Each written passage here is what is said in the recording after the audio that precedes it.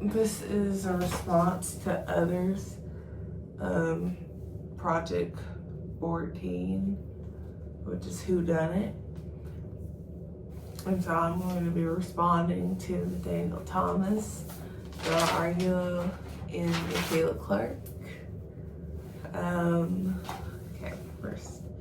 So first, this is a little rare, but all three of us kind of had the same suspect, which would be Olive as our murder suspect.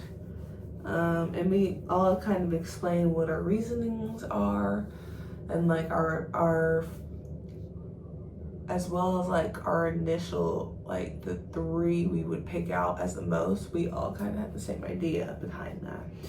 And so first is Nathaniel Thomas.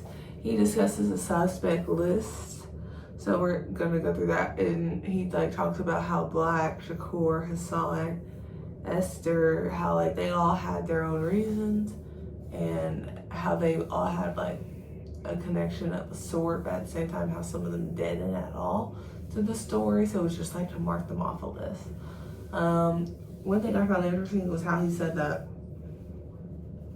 Black, it was like convenient timing for him to be there at that time.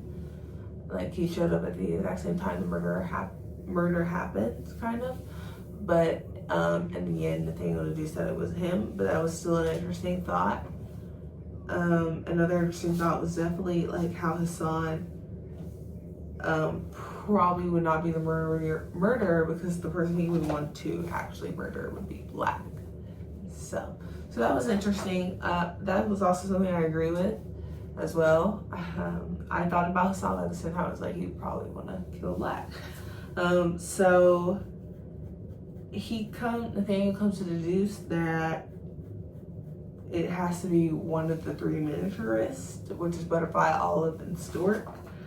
And it's because they have like the knowledge of the book and understand like the meaning behind the art styles and the book itself and the importance of said book. Like they all know of it, which is why he deduced it. Maybe not for the same reason as to why I might have picked them, but maybe in the same realm, but not exactly the same idea. And he finally comes to conclude that it's Olive because he not only does Olive understand the emphasis on the book as well as like the importance behind the styles and all that, but he also, his religion is highlighted. In Olive's chapter, his religion is kind of well known, like how his thoughts on God and how he prays and all that. It's kind of highlighted in his chapter, unlike the other two. And that's what Nathaniel like says, that's kind of what's also in the murderers chapter. And that's what I said in my video. So I was like, oh wow, look at that. So like we had the same ideas of why our reasoning. So that was interesting. Next is Belle Arguello. She went through the initial characters, and then none of them added up. So then she moved on to the characters who Black questioned, kind of what me, Nathaniel, and technically Michaela did. And it was Olive, Butterfly, and Stork. That was our three. That was the narrowed down to three, and then but then she finally deduced it was Olive. So she highlights that both the murderer and Olive called Elegant and brother, which is something I also kind of talked about in my video, how they both saw him not as an enemy necessarily, but as someone they did consider close. And then both the murderer and Olive had the same thoughts, especially about Olive, kind of what me and Nathaniel also talked about, how like his religion was definitely made apparent, I think, on purpose by Pamuk in his chapter.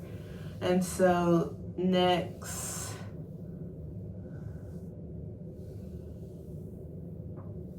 she highlights the similarities, obviously between the murderer and Olive. She also explains one thing is that how Storks and Butterflies chapters, they thought about the murders. necessarily from another point of view, not necessarily that they did it, but then Olive was kind of the odd one out and didn't necessarily want to talk about it. Like, didn't not necessarily want to talk, but not even think about it. That's kind of what she talks about, and how she used the process of elimination. And then she also highlights how Olive's suspicious behavior in the beginning of the chapter. So we have the same thoughts as well. And I did find that point about how like Olive's chapter didn't necessarily talk about it, like how didn't want to talk about it technically or think about it, and Stork and Butterfly technically did. So I found that really interesting. And then Michaela, she deduced that it had to be one of the miniaturists and picked out Olive because like she thought that there was like a bit of arrogance in his art style. The same as how like the murderer also exhibited arrogance as well when talking about his art.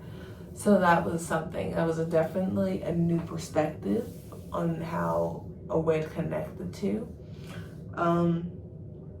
But overall, we all had the same idea. We might have came to it different ways or maybe even similar ways, but overall, we all thought it was Olive at the end. So yeah, that's our response.